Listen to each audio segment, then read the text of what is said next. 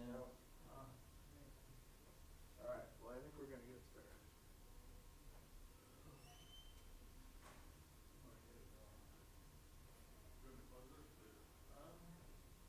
Yeah, here's some train maybe.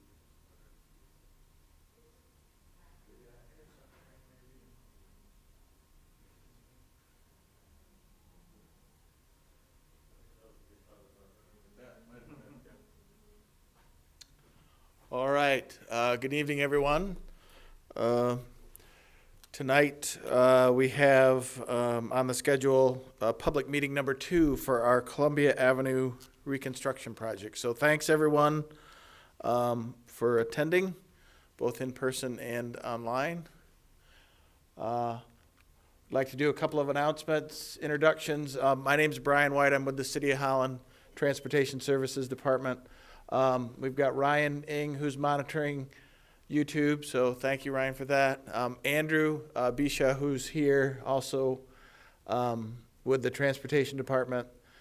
Brian Ritchie will handle things from the Holland Board of Public Works. He isn't here tonight, but there's not a whole lot of public works involved with this project, so we'll just pick up where we can, and if we need to, we'll plug those folks in. And then Aaron Neatling from Whiteman, who will be here also tonight. We also have Devin Shea in the audience, council member from the ward, so thanks, Devin, for being here tonight. All right, meeting agenda, about 25 slides on the PowerPoint. We'll go over project limits, details, some road geometry, some utility details, some snow melt. We'll talk about schedule and phasing, and then we'll end with question and answer from the audience and also from the YouTube folks, not Zoom this time. And we will have time too at the end for one-on-one. We'll have a set of hard copy plans if we want to go over those in detail. We're certainly happy to do that. Okay, so project limits. We're looking at Columbia Avenue, picking up where we left off with the 10th Street project. So that's 10th Street on the north end, and then on the south end there is 24th Street. As you can see there, we're also looking at picking up a little bit of 22nd Street around Prospect Park.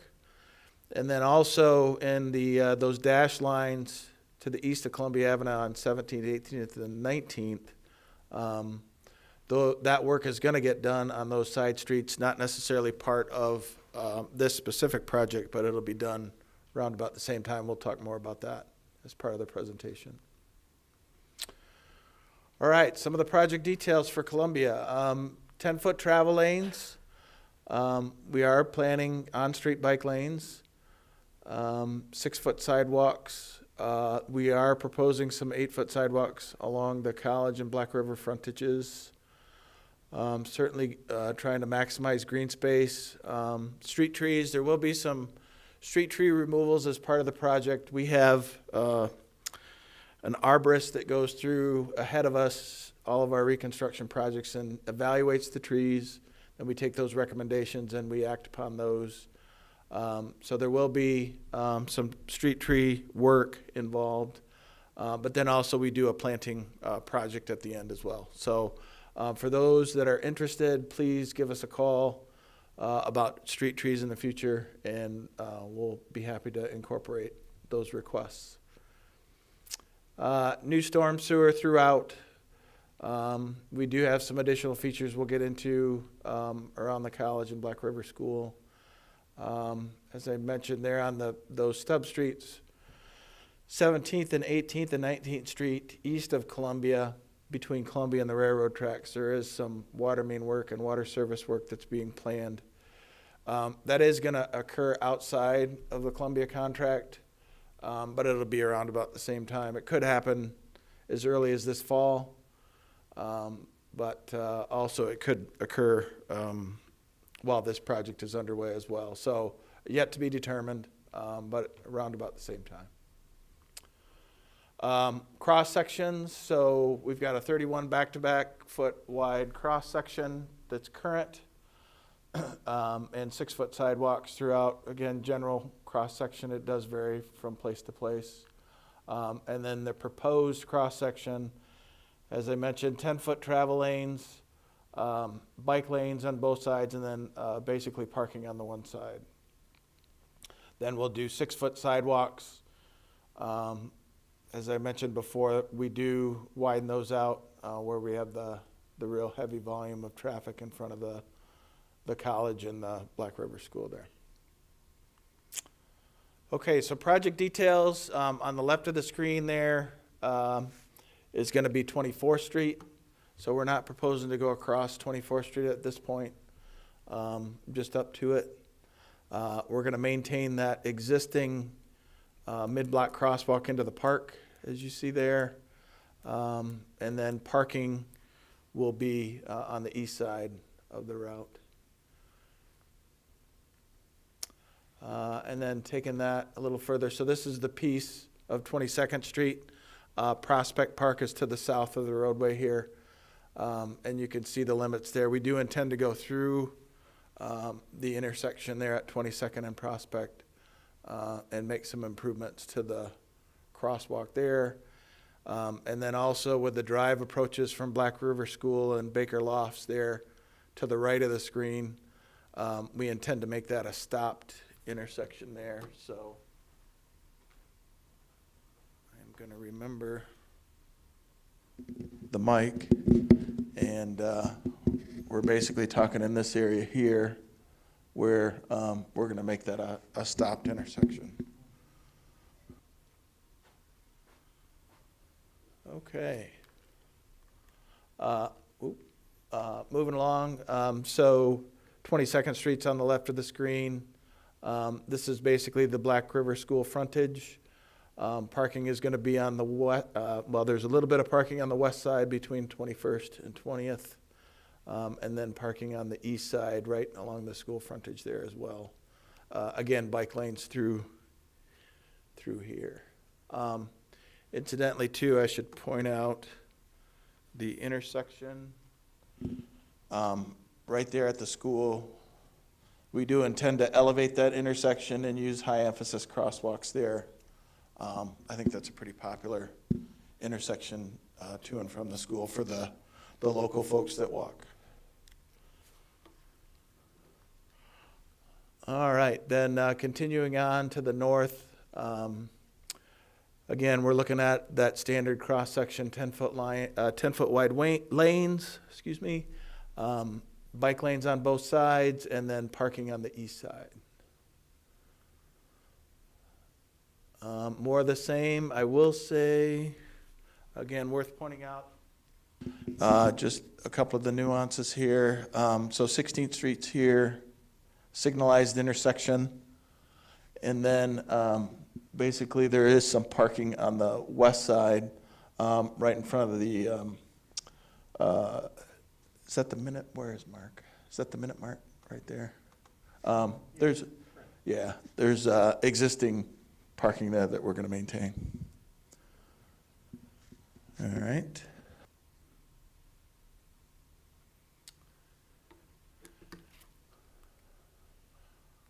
Okay, yeah, so this 13th to 10th Street, 13th Street's on the left of your screen, basically going through the college. We've got some improvements at the intersections, and then also there's a couple of mid-block crosswalks that exist, and we're going to maintain those and have those connect up,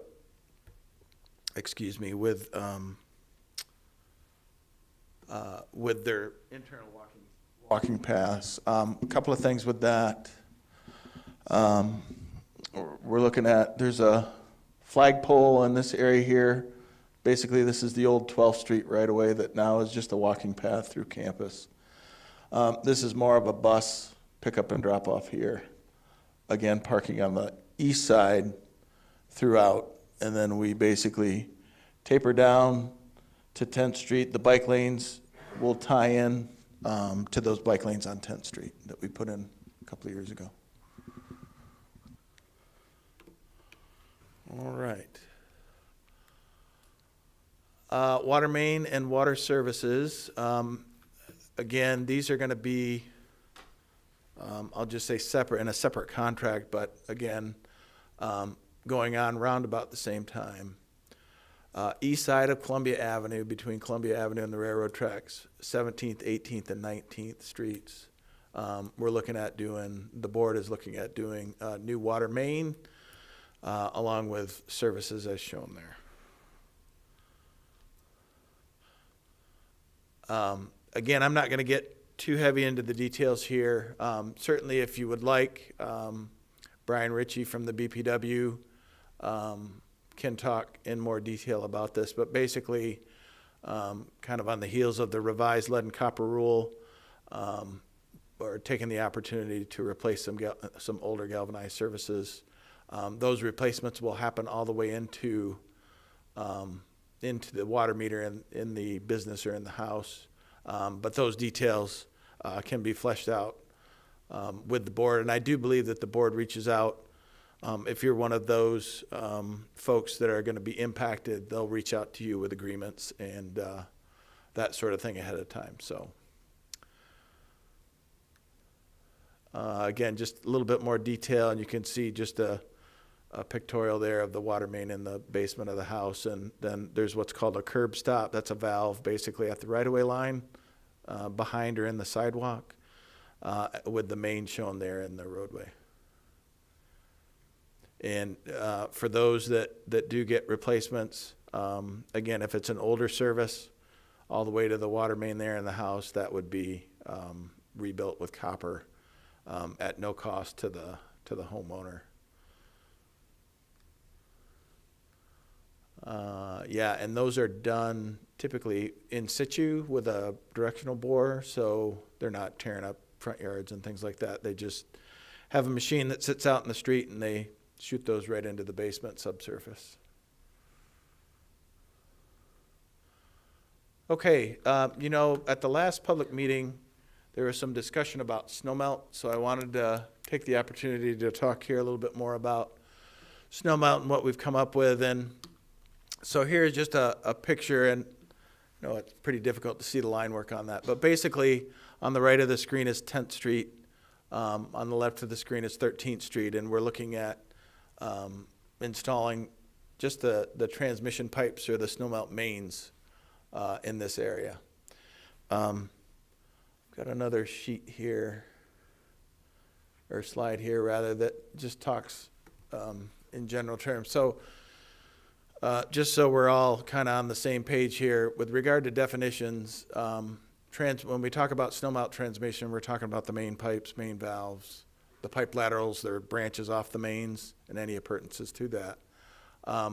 When we talk about snowmelt distribution, that gets into the manifolds that are typically in that green space or curb lawn area, inside of an enclosure, and then we'll have lateral valves, and then the spaghetti or the little 3/4 inch plastic PEX tubes, and then the brick pavers over top of those. So that's when we talk about snowmelt transmission and snowmelt distribution. That's the distinction there about what we're talking about. So this project includes new transmission from 10th to 13th Street.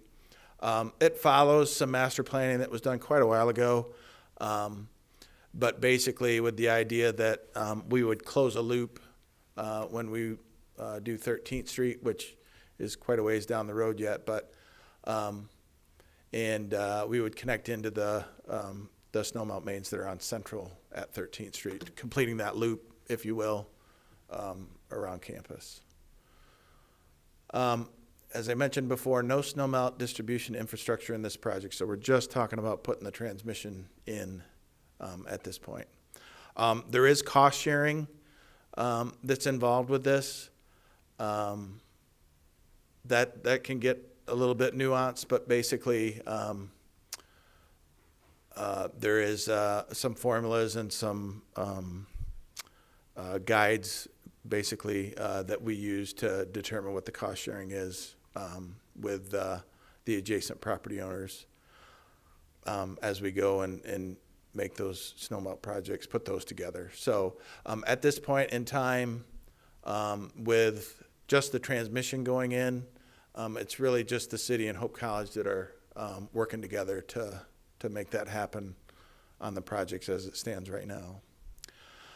We don't have any plans currently to extend the transmission pipe south of 13th Street. However, as I mentioned, there was interest at the first public meeting about, what would it take basically to extend snow melt further south.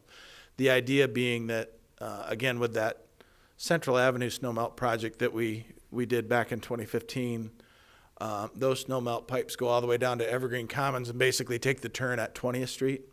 And so the idea here with the alternate would be to run south on Columbia down to 20th Street, and then circle down 20th Street and make that connection at Central. So the preliminary estimate for that, and we feel we have pretty good numbers. We just did a fairly large snowmelt project on 6th Street around what will be the new ice skating facility. And so we applied those numbers along with some escalators to what it would cost for Columbia. And basically for the transmission, we're talking about roughly 2.8 million, and for the distribution, 2.5 million.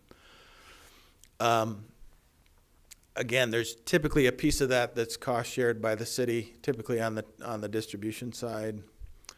The city doesn't have anything currently in the budget. So what we have budgeted is in that base plan that we intend to share with Hope College. But again, I know the question, the request was brought up, so certainly wanted to bring back at least a preliminary estimate of what that could look like going that far south. The other piece to that that's worth bringing up, or at least discussing, is so there's a pumpkin capacity that is in place at the Holland Energy Park at the power plant, the new power plant. And were we to send pipes this far down Columbia Avenue, I think it's fair to say that we'd want to take a really good look at pump capacity and where the Holland Energy Park sits with regard to that. Particularly if there's an interim period of time where we don't get down 20th Street to make the loop, then we're looking at, two fingers, if you will, that go south quite a ways. And again, the implications of that with regard to pump capacity and things like that, I think would need a review. So that's where that stands. And I know there was a gentleman that was particularly interested in this and couldn't attend tonight, but I intend to get these slides over to him as well. A couple other things with regard to storm sewer and sump pump connections. For those of you that live along the route and have any of these thoughts or interests, we certainly want to encourage you to reach out to us. We definitely can accept connections for clear water only, right? Obviously, sanitary goes to sanitary, but things like sump pumps that pump out groundwater or roof drains, we usually can accommodate those into the back of one of our catch basin structures, but get a hold of us and we can talk specifics about that. Floor drains in general, we don't want those connected to the storm sewer. Those are for sanitary sewer connections. The other thing that we do as part of these projects is we typically put a PVC sleeve underneath the new driveway approach, and that would allow for property owners, if they don't have a connection point, a catch basin out in the street right along their frontage, that they could go within the public right-of-way, utilize one of these sleeves and get to a nearby catch basin that way. So that would be an alternative, again, for those of you interested in connecting up to our storm sewer. Just wanted to bring this up as well. Holland Municipal Code prohibits cutting into the street after construction. And so basically what we're trying to get at here is if ever there's a time for everyone to look at their utility laterals, water service, sanitary lateral, you name it, all the utilities, we certainly would encourage you to do that. What we don't want to do is build a brand new road and then have to cut into it right away after that. So again, good opportunity just to evaluate the situation and just make sure that everything's functioning the way it should and is in good working order. So, sprinkling systems. Please, if you can, notify us ahead of time. These are notes that we would put on a plan. We do include an allowance for repairs. So if work on the project does impact your sprinkler system within the public right of way, if you sprinkle that green space between the curb and the sidewalk, or even if you have some sprinklers located right up next to the sidewalk and we happen to, impact them with the project, we do have allowances for repairing those as part of the project. We do also allow, now we'll typically hire a subcontractor that does all that work for us, but if you have a contractor that does your sprinkling work, knows your system, what we would ask is that we just get an estimate ahead of time so we know that it's reasonable for the work that needs to be performed. But we're more than willing to work with you on having your own contractor do that work with these provisions. Okay, so some expectations during construction, and again, this is 2025 construction, so we're talking about next year construction right after tulip time. What we encourage everyone to do is to put their addresses on their trash cans from time to time. If you're within that zone of influence in the construction area, contractors will have to pick those garbage cans up along the route, and then they bring them to the end of the construction area so that the garbage truck can pick them up outside of the construction limits. So always good to have your address number on your can if you can. It's a walking route for mail service, so don't expect any interruptions there. We talked about sprinklers. We talked about the street trees with the arborist, and there will be some street tree removals depending on the details of that survey. And there will be some utility interruptions, probably not a lot right on Columbia Avenue, but on those side streets, 17th, 18th, and 19th Street, you can expect some water service interruptions there. And BPW is really good about door hangers and getting the word out ahead of time on those to coordinate that. So.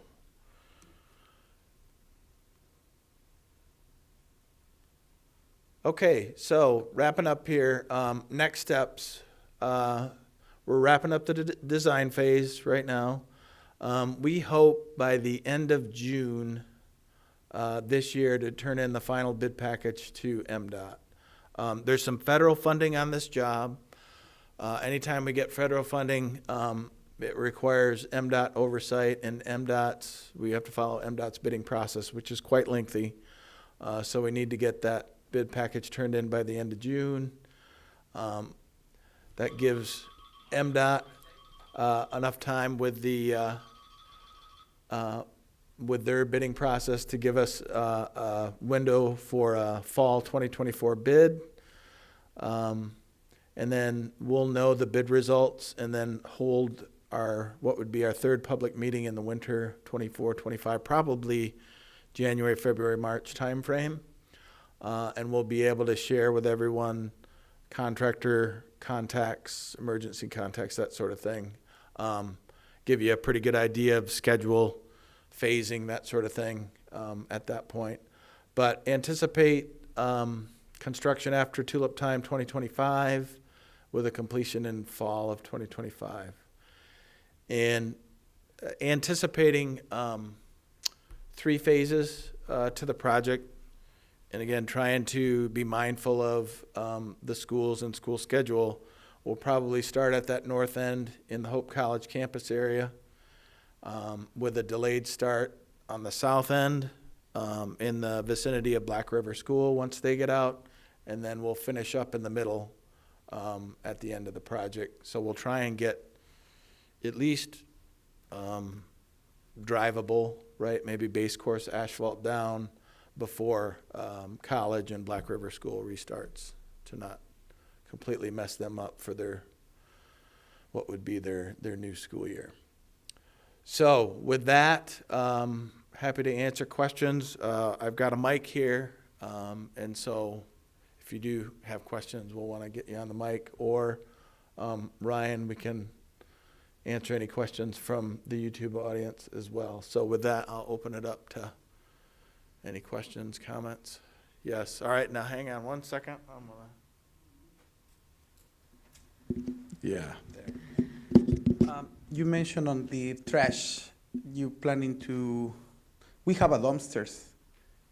How, you say to carry the garbage cans, Yeah. but we have a dumpsters. Yeah. That will be affected? Yeah. So we'll want to work with you specifically on access.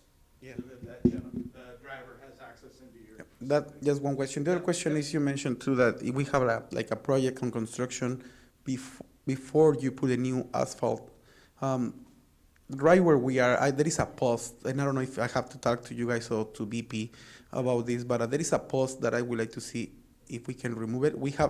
We are by the end, 19 in Colombia, by the used car sale, all the way back there by the Real Rock. Okay. And there is like a post there, but we have a lights for the dealer. Okay. I would like to see if we can remove that one. Yep. And I would like to, because I would like to open an overhead door on the building, Yeah.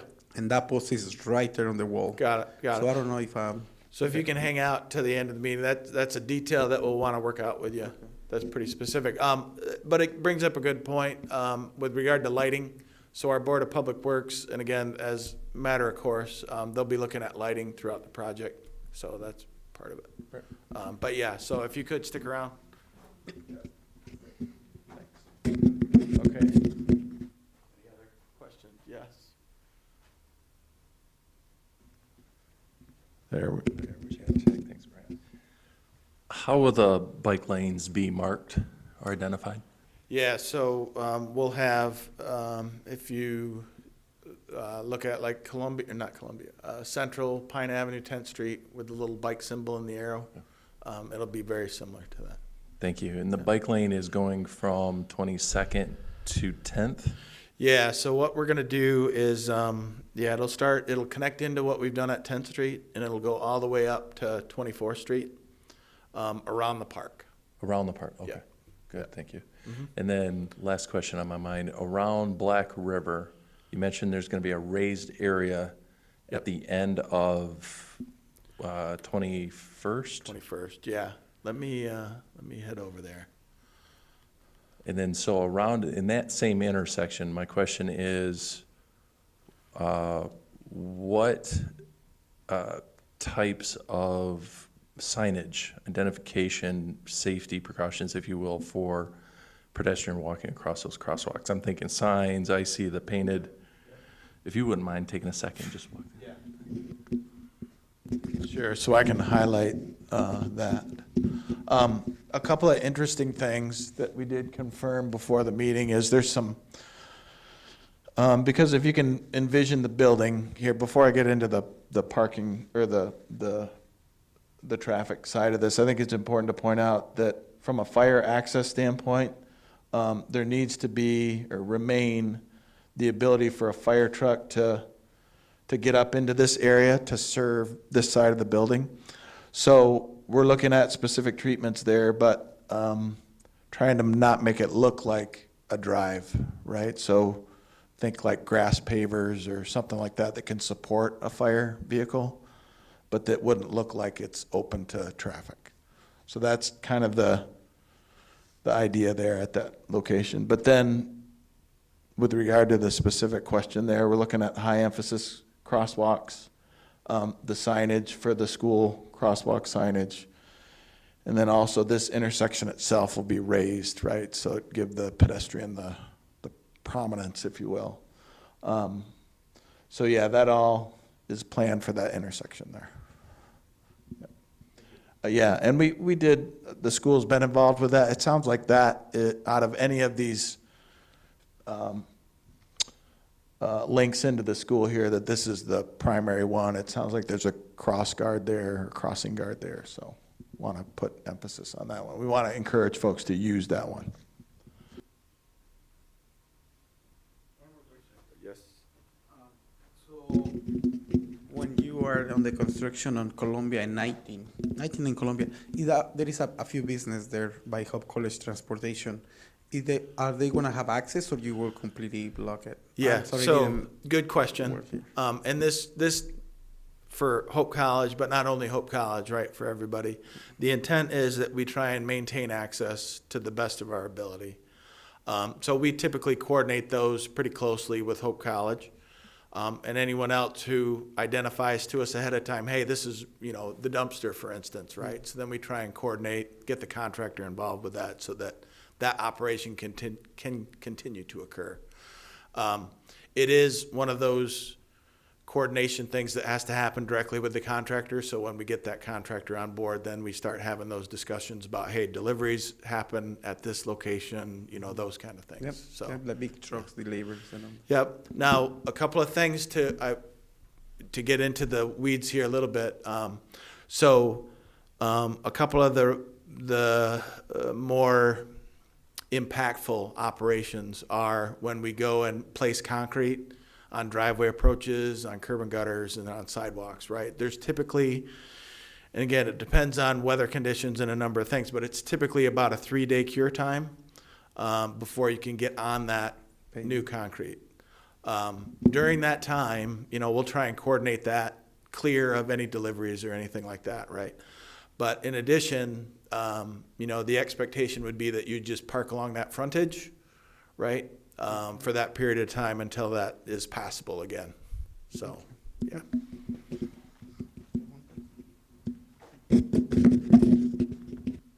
Okay, any other questions?